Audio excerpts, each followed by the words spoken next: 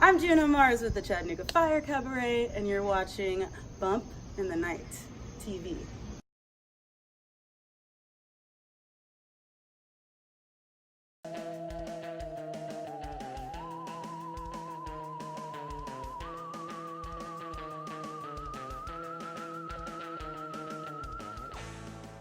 Welcome to Bump in the Night TV. I'm your host, Orson, and with me, who I've unlocked from the basement from punishment, is my sidekick, henchman, and toady, Bourbon Hitchcok.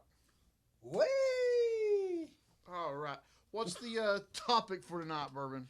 Tonight is women of empowerment in sci-fi and horror movies. All right. So, well, aren't you just presumptuous? All right. I guess I did let you out of the basement. You're ungrounded, so I will see how you do with this episode. Be respectful to the women. All right. So whether they're the victim who becomes the hero at the end of the film, or they're the person causing the pain and suffering of people, women have always had a role of power in horror films. Do you have any good examples, Bourbon?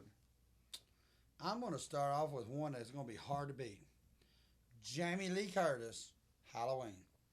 Oh, one of the original Scream Queens. Yes. That lady's she's the embodiment of women in horror movies. Doesn't get much better than that.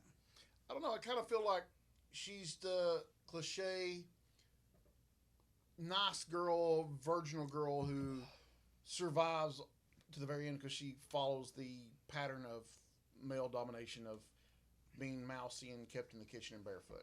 I may be wrong. Who else you got? I'm going to say Linda Hamilton, Terminator. Terminator with Linda Hamilton. Yeah. That's great. Sarah Connor. A bad woman, boy. She scared the crap out of me. Oh, definitely. I mean, you wouldn't ask for her number, would you? Well, I wouldn't know any other woman would mess with me then. That's true. Did you you've seen all the Terminator films, right? Yes, I did. And you see recently they're bringing her back for one more film. Yeah, I did. I actually did see that. Seen the trailer for that movie. And she still looks like she could punch you in the face and break your nose. Yeah. Still scary. You got one? One that does both great job as victim and as protagonist. Sherry Moon Zombie, Rob Zombie's wife. Oh yeah. From the Baby Firefly and House of a Thousand Corpses and Devil's Rejects. Yeah. That's the first time I saw her was Devil's Rejects. I really liked her in that one. Okay. And then she was in a lot of his videos too, wasn't she? Oh yeah, she's been videos. She's also played a victim in a couple of films.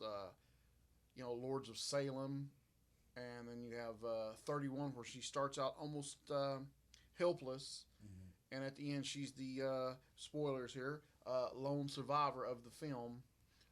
Kind of making her look like a total badass. What else you got there, Captain? I got one that goes. I'm gonna dig a little bit deep into for the people back in the day that remember this. And this is Linda Blair, Wonder Woman. Linda Carter. Linda Carter. Oh man! Back in the dungeon after this episode. Linda Carter. Linda Blair. That's a totally different kind of woman. Different movie. Linda Carter. She's one of the. I'd say when movies were first, before the Halloween movies, for all the horror movies that were popular, Linda Carter did a really good Wonder Woman. At that time, women weren't portrayed as the main lead character in a lot of movies or a lot of roles. Okay, so I've got a question. So, like, from damsel in distress who survives to the end to the girl just being a total ass kicker through the whole film, where do you feel like that starts to churn at in cinema? I want to say Aliens with Sigourney Weaver. Aliens with Sigourney Weaver. Ooh. I mean, wow. Can you think of anything else where somebody starts out and becomes that badass that quick, that soon? And think throughout all the movies, she really was both at the same time because she was always fighting for her life, always fighting for survival.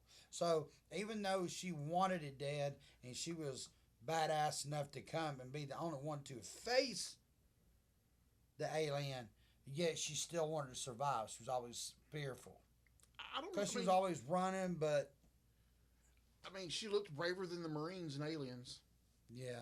She made them look very sissy-like. Yeah, sure did.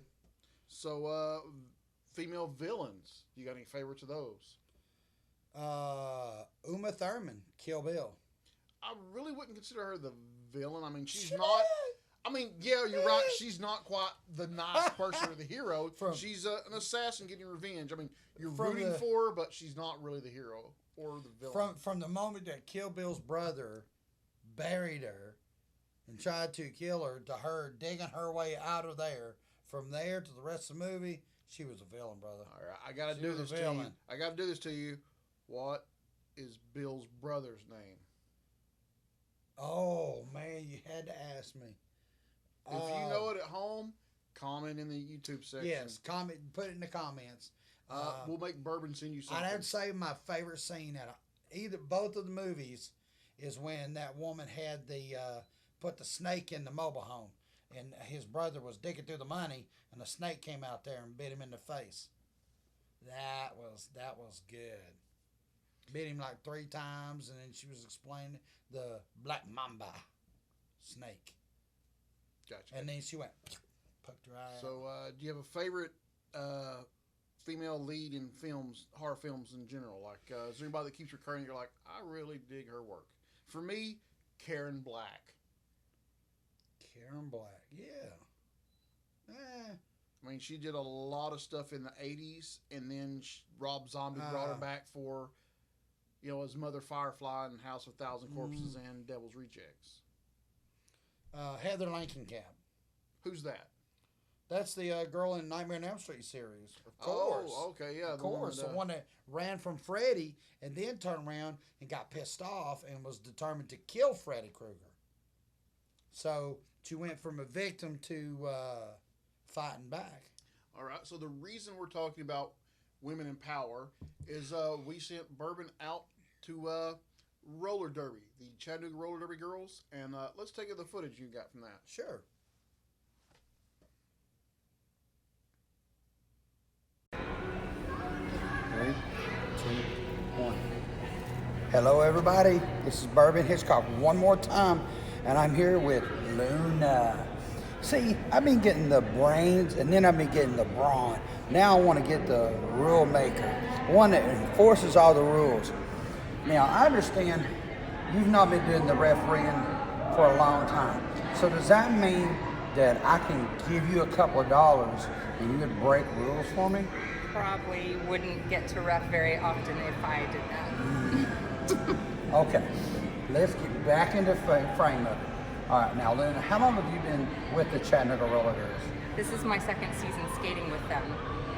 Okay, so so can you tell me some of the some of the rules that are? Sure, the gameplay. So you've got 4 blockers and 1 jammer, and the jammer is the point scorer. So she breaks through the line of blockers, the opposing team blockers, and for every blocker that she passes, she gets 1 point.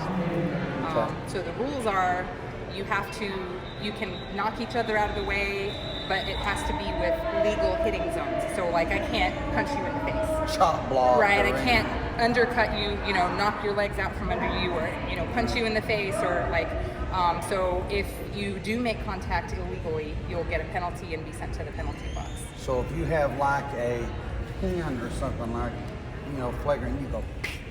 Right, right. You're not allowed to be on the track if you're actively bleeding. That's definitely a thing. So okay. you would, yes. And so the owie would be a sign. Yeah, that would be a price. If you start dripping blood, everything would stop. Okay. Yeah, no elbowing or anything like that. And you have to stay within bounds. So a very common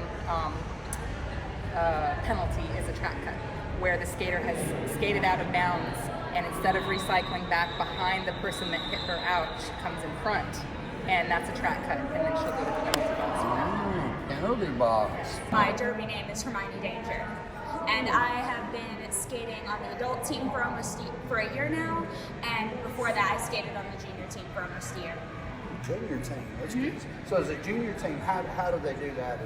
What is involved in the juniors? I don't think I've never heard of that. It's very similar to adult derby. They just kind of scale things so that it's safer for kids and so that they can build up the skills so that if they want to play as adults, they can have the base skills so that they can play contact, heavy contact. I've been coming to the Derby Girls for about 5 years now, and I've noticed that it has built up tremendously from the crowds to the number of women. It was because when I first came, there was a handful of girls. There weren't a whole lot.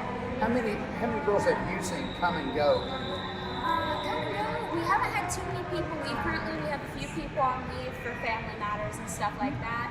But we just recently got 4 new fresh meat that we have who are new skaters who just passed our boot camp. Okay, now another thing is on the injury side, what is the best injury you've ever given to another opponent that you kind of go? I haven't really done too much bad to another opponent. Generally it's just kind of kicks to the shin and stuff like that, which isn't any lasting damage, it just hurts. I cracked myself on the skull this week actually though. Fell flat backwards on my head. Now, you can say it too because nobody watches our channel. Right. So that's true. That's okay. That's okay. Next question is, what about groups? Do you know, is there a lot of groupies that follow you around and troll your Facebook?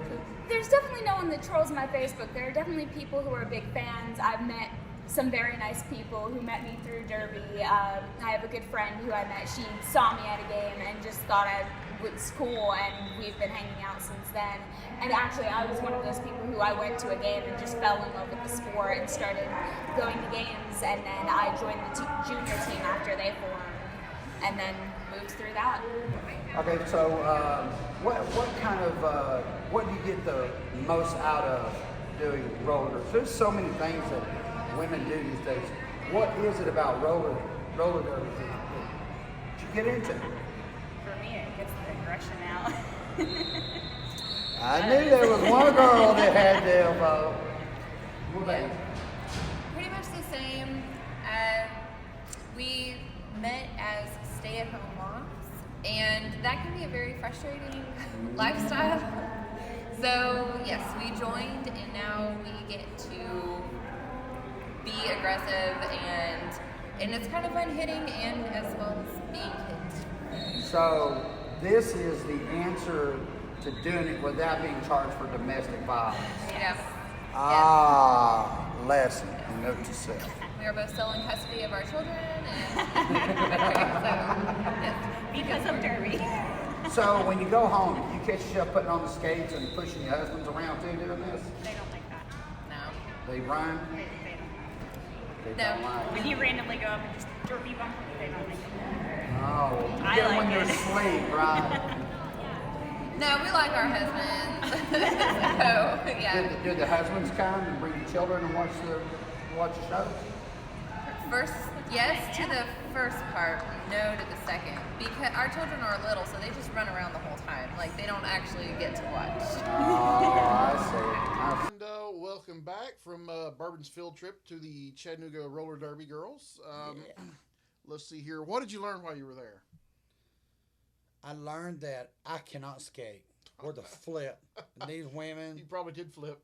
no, yeah, the minute I put them skates on, phew, glad we didn't get that recorded. Well, when I was a little ghoul, I would watch roller derby all the time, and they would hit them and flip them, and they'd fall in a tank full of sharks and alligators. It was fantastic. You lying this time, man. You lying. That's from what he's talking about, and this is what they was explaining to me too, that they're trying to change. Back when roller derby first came on television, first was introduced in the U.S., national television, I should say, the promoter tried to make it like a wrestling type event. They had the track came to a high bank, and they had rails around it where they would run people off, and a lot of it was staged. It wasn't, it wasn't a sport.